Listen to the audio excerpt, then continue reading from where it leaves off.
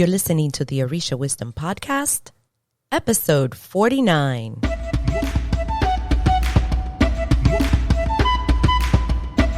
Welcome to the Orisha Wisdom Podcast, where positivity and spirituality create an enhanced life's journey with the wisdom of Ifa and Orisha. I am your host, Omileti Olubunmi.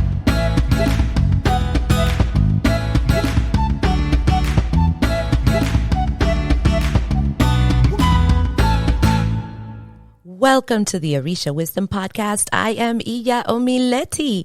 Thank you for spending some of your time with me to talk about all things Orisha, spirituality, and growth. So turn up the volume in your car, put on your earbuds. This is going to be a good one. And of course, get something great to drink. Let's chat. This episode is being brought to you by our sponsor, Alejos 101. Inside of Alejos 101, there is a great new framework to help you with a challenge that is one of the first ones that any and every new person will encounter, and that is the how to get a godparent.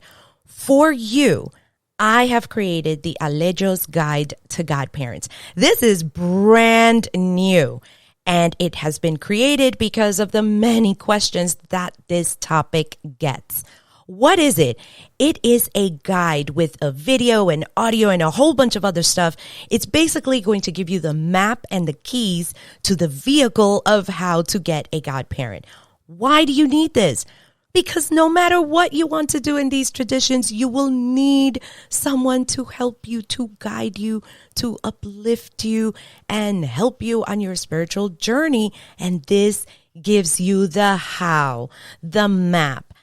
Because if you don't get the right person for you, you will continue to be where you are, alone, without guidance, and without help.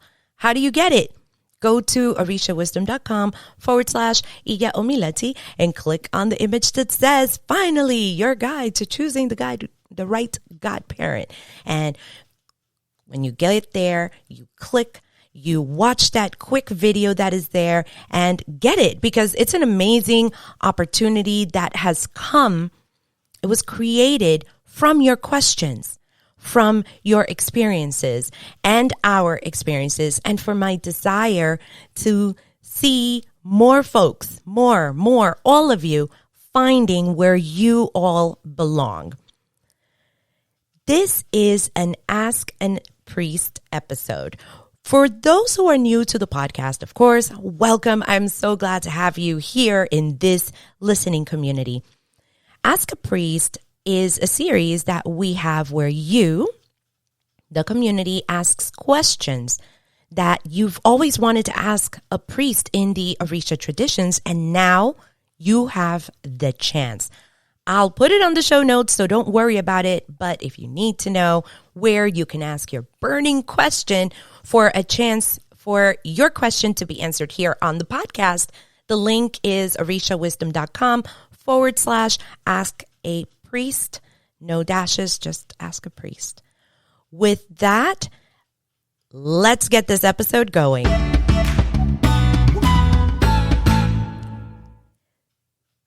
Sandy asks, what if I don't agree with the divination?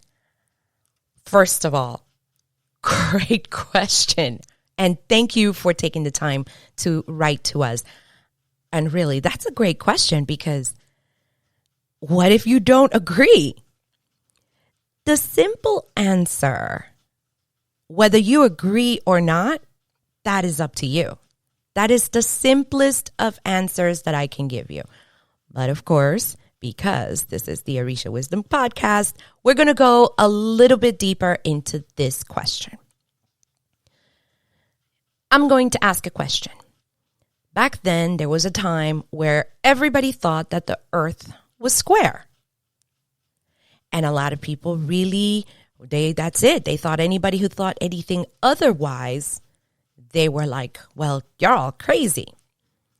Did the earth stop being round because those people did not believe that it was round? No, it was still round, right? The truth will always be the truth, whether you agree with that truth or not. Let's go a little bit further. If something comes out in the oracle, you're sitting across the priest and you don't agree with it, you have really 3 choices. 1, ask the diviner questions at the end. There's usually a time in any good reading that they're like, do you have any questions? This is your time. I'm hoping that whenever you go to a reading, you're taking dubious notes because it is important. A lot of things can be missed when a lot of information is thrown at you. Ask questions.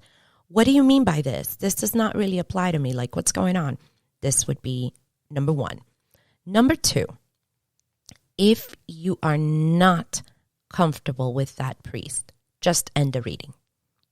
It doesn't matter because you're not going to get along. Just end the reading.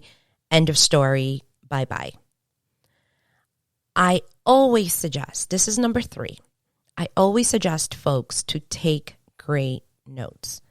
Don't just listen and stay there. Actively listen. Grab notes. If you can, record the entire session. Some priests allow, and most do actually, whether you can record the conversation or not. And then you go to another priest for a second opinion. In Alejos 101, we have a tool for the students who have taken that program. It's called My Spiritual Notes, where you know what should be coming out on the mat. Like, you don't know exactly the oduns that are going to come out, but you know the process. And it shows you what questions to ask if you don't see something on the mat during your reading. These kinds of notes would be great to take to another priest, because then they can take the information that was given with all of the other variables that your reading will have to provide some information. I know that I don't need to say it, but I'm going to put the reminder. Don't expect another priest to just get on the phone with you to give you that information.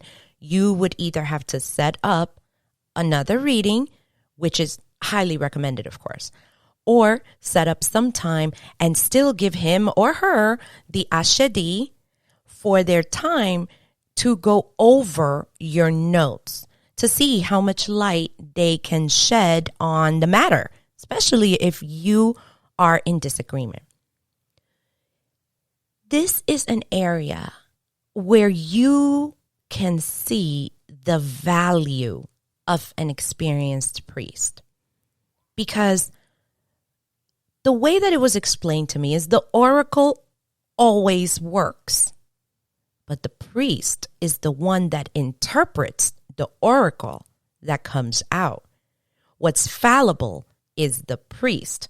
The priest didn't see the correct odun, or the priest misinterprets, or just doesn't have enough information with all of the variables that came out, what came out in Ire, what came out in Ibi, and the combination of what other oduns have been around. This is where everybody sees the immense value of the experience of a good divining priest. Let's go through a couple of examples. If the oracle says you must stop cheating on your spouse, and you're like, I'm not even married, you might be like, this person doesn't know what they're talking about. I will tell you something. The oracle has an interesting view of time, and something may come out and it's not applicable to you yet, but maybe 10 years down the line, it will be. I'm going to tell you a story on when I thought that the priest that I was dealing with was absolutely crazy, but maybe not. Well, let me tell you the story. I sat down on the mat. I was in the beginning, so honestly, I wanted to have a reading like every day of the week, because in the beginning, that is like so amazing. Like, oh my God, I have to do it both. This is going to be great. This is awesome. And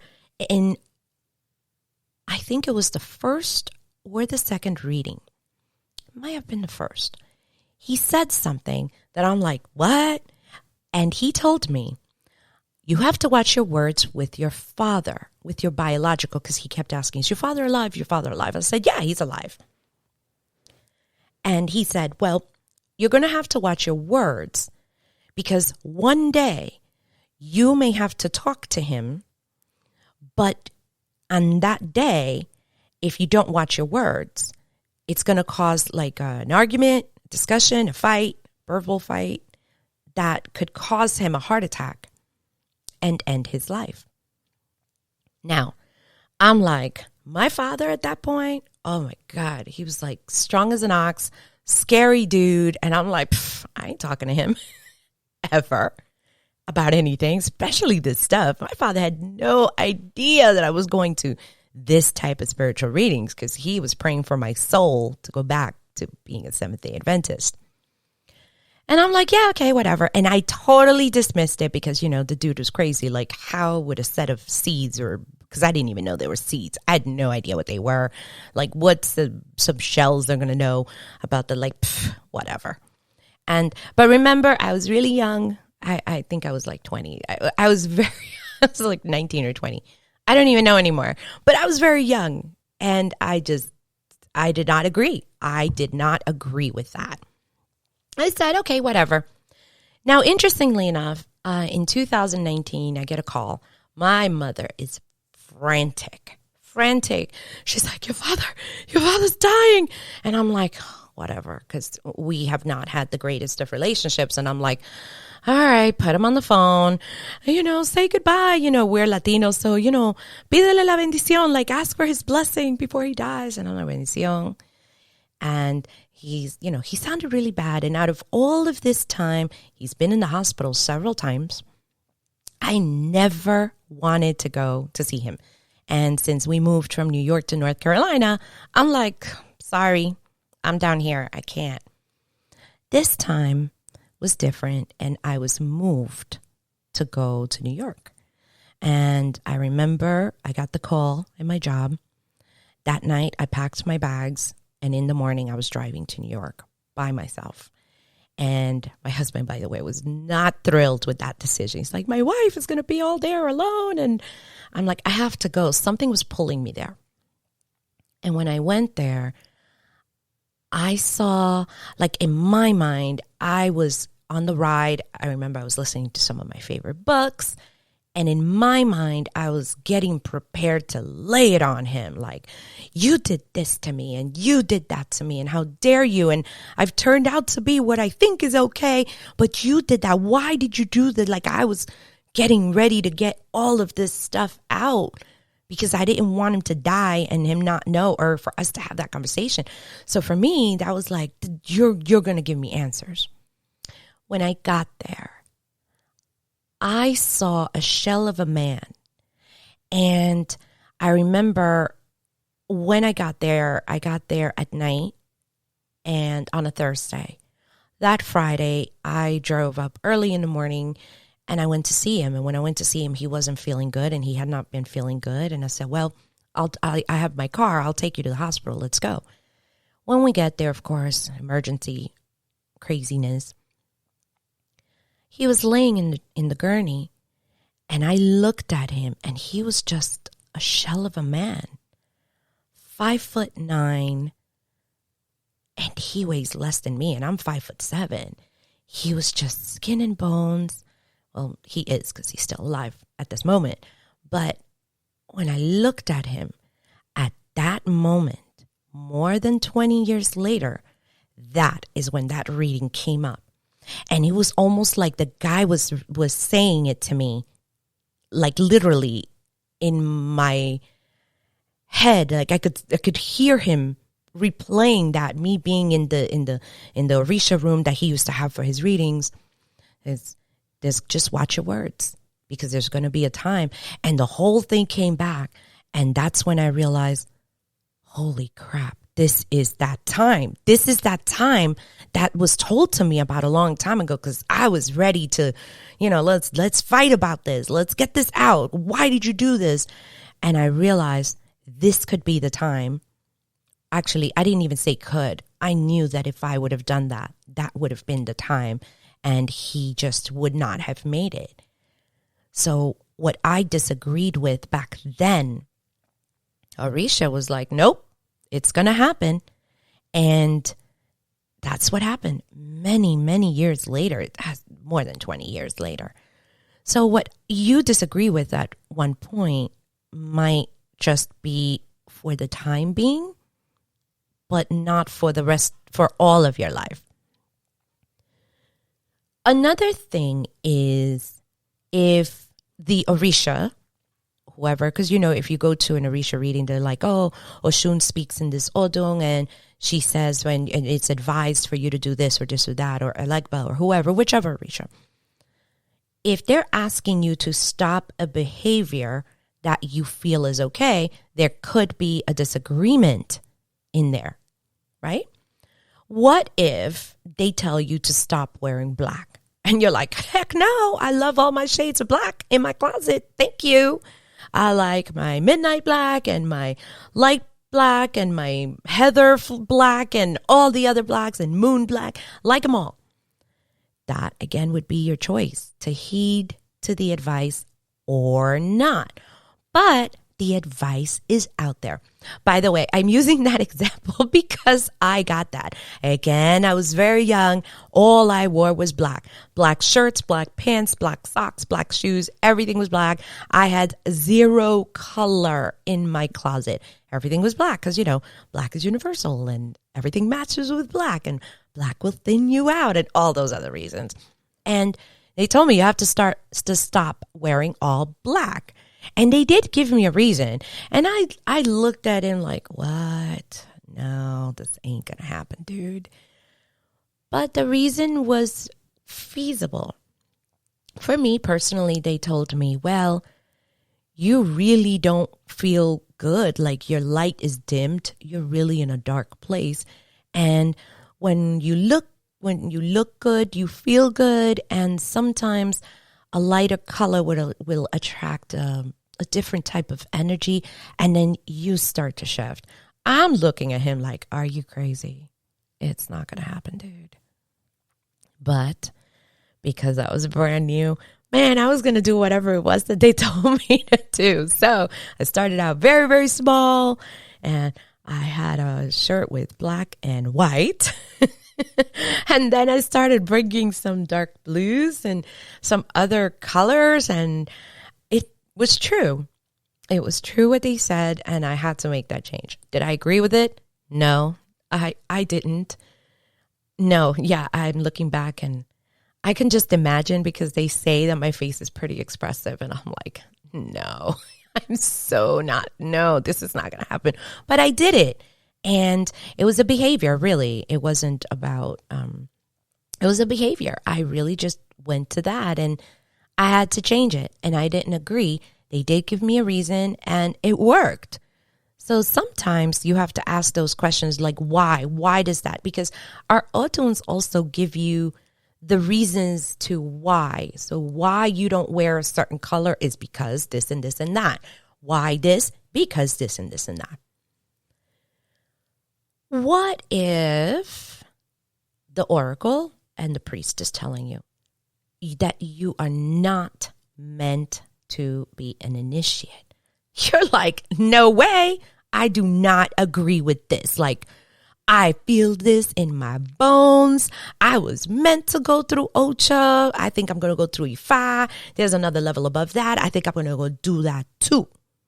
Again, life is a free will, and you could choose to go ahead and pay the $10,000 to become an initiate and to do all those other bows and then to do the 3-month bow, and maybe later on you're regretting every single day the decision that led you there, and you start hating being in the tradition.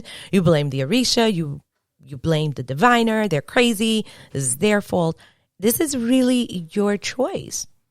Another thing could be that it was going to be okay for you to stay being an Orisha, and you did not have to become an initiate. There was enough array for your life and your destiny to just stay being an Orisha, but you wanted to do it. And many times the Orisha will still say, yeah, I'll take you. You don't have to, my child, but okay, because they know that this would have been like an additional extra struggle for you. Again, it's really your choice. Everything in this road called life and what you think about is your choice. You can choose to believe what is being told to you or not.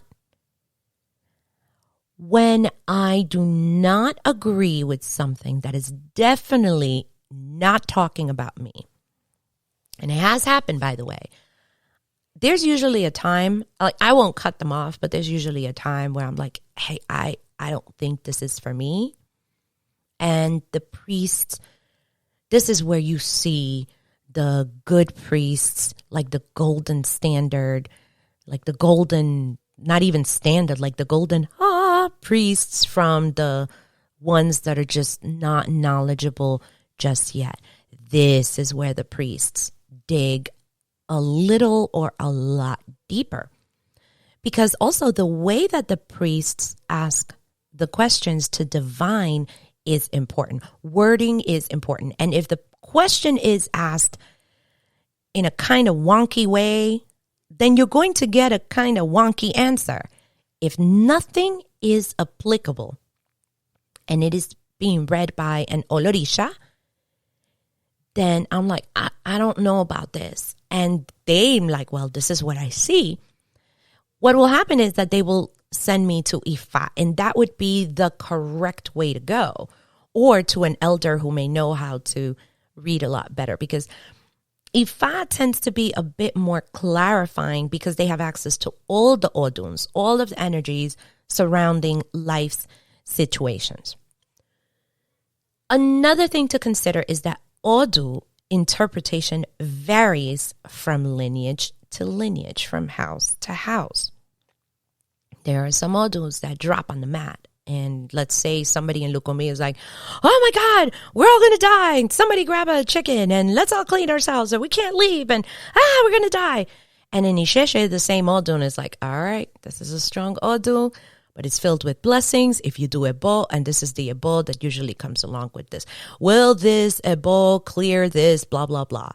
So the priest, the experience, and the lineage, plus your rapport with that priest will add up to this experience for you.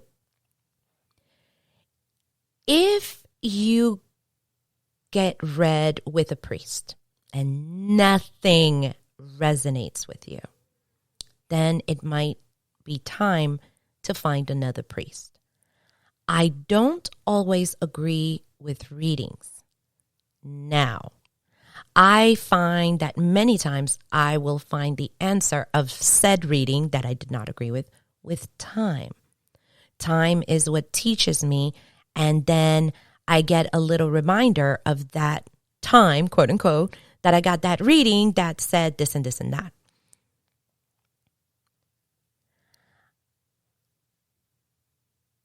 I am hesitant about this little part because, well, when it comes to readings, it's not that we should always blame the priest. So I don't want you to think that, because it's not that they're a bad priest, which is why I was hesitant about saying that. But understand, it's like going to school. When you're learning how to read, your vocabulary is not quite up there yet, right? But by the time you graduate high school, you have an expanded vocabulary. The same goes here with the Orisha readings. Another thing that I wanted to add before I forget is that when you don't agree with something, let's say there's something keeps coming up and you're like, it's not me. It's not me. It's not me. A good question to ask is, could it be someone who lives with me? Could it be my partner? Is it somebody who's around me? Because sometimes the oracle will show up loud and clear for somebody else who's around us because something important needs to be said. And sometimes the reading will be like it's for you, but you're like, this is not me. That could be another question that you could ask. Could this be for someone else? Because this does not, it just doesn't go for me. It is not fitting me right now. Like, I don't behave this way. For example, if it says stop drinking for whatever, I'm like, but I don't drink. Could it be for someone else? Could it be for someone who's around you? Could it be that somebody's going to come drunk to your house?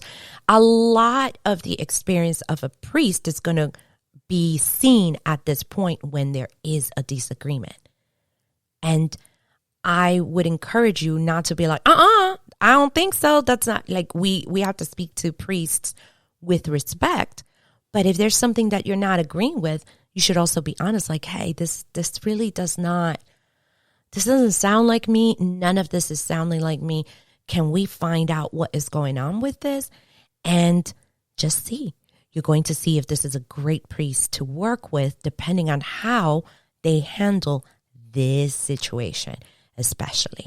And this could also give you a clue on what your time is going to be working with this priest in the future. I want to thank you for this question, Sandy. It was honest. It is the kind of question that folks ask in their minds, but are afraid to ask out loud. Or they ask only behind a computer screen and they're scared of what the answer like. If you don't like it, too bad. And that's not quite the right answer.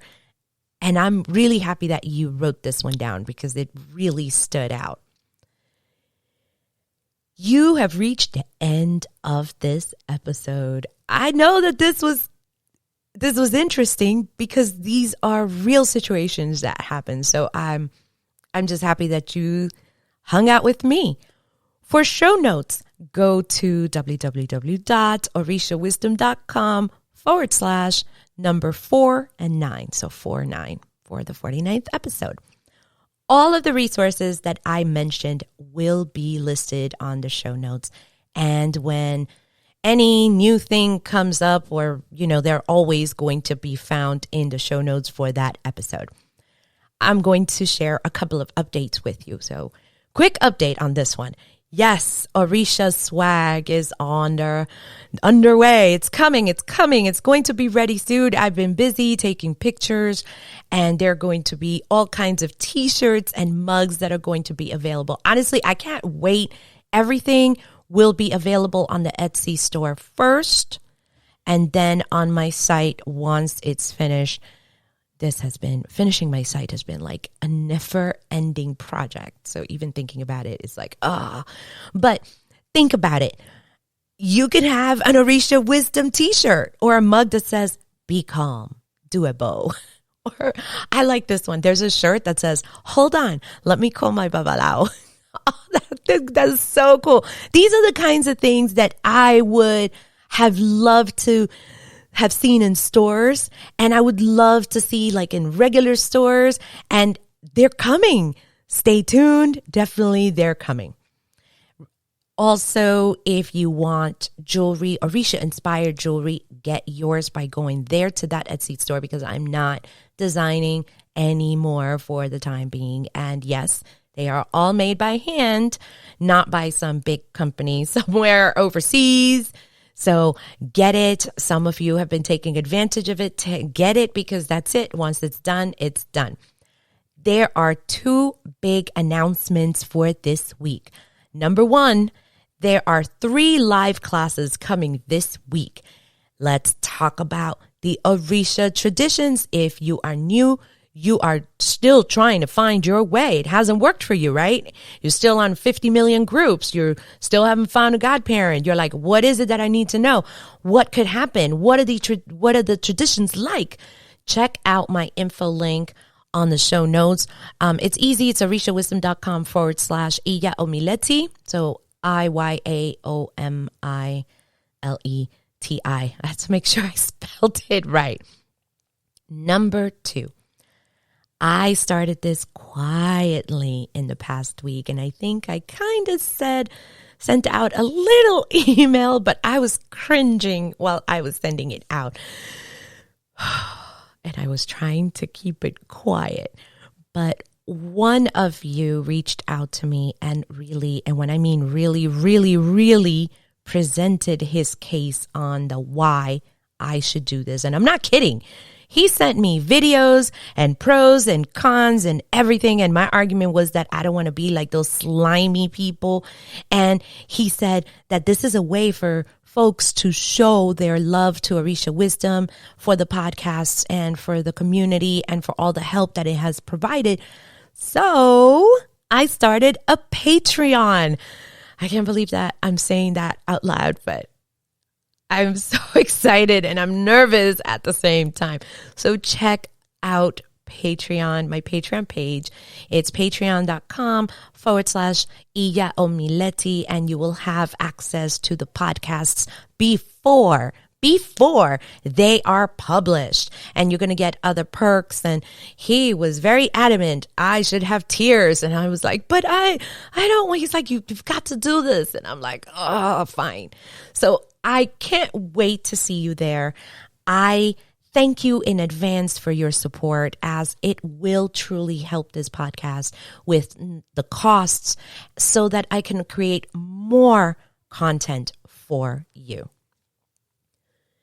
If you liked this episode and found it valuable to you and your spiritual growth, share this podcast episode so that someone else can show, love to it, get value from it, absorb it just like you have. And I would be so grateful if, when you have a couple of minutes to spare, hop over to iTunes to leave us a review. I read each and every one of them, and they give us the fuel to keep going and creating more content for your spiritual journeys. Those couple of minutes that you take to share your thoughts, they mean the world to me. And if you are on YouTube, like the episode, subscribe, and click on the little bell icon so that you will be the first to know when there's a new video uploaded. Actually, I'm going to stop right here because my kids find it absolutely hysterical when their favorite YouTubers go and smash the like button and smash the subscribe button. I can't say it, but I couldn't help it because the moment I said that to you, I just thought of their faces like, you should tell them to smash the subscribe button. So anyway, I may never say that again, but in the meantime, we could laugh about it. You smashing the subscribe button. Stay tuned for the next episode where we're going to go through another of your questions from Ask a Priest. I can't wait. Until next time, may the elevated ancestors and all Orisha bless you immensely. Odabo. Thank you for listening to the Orisha Wisdom Podcast. Be sure to check out the show notes at orishawisdom.com/podcast. Can't get enough of Orisha Wisdom? Check us out at orishawisdom.com and subscribe to our community. Remember, the wisdom of Ifa and Orisha is all around us. Be blessed, and until next time.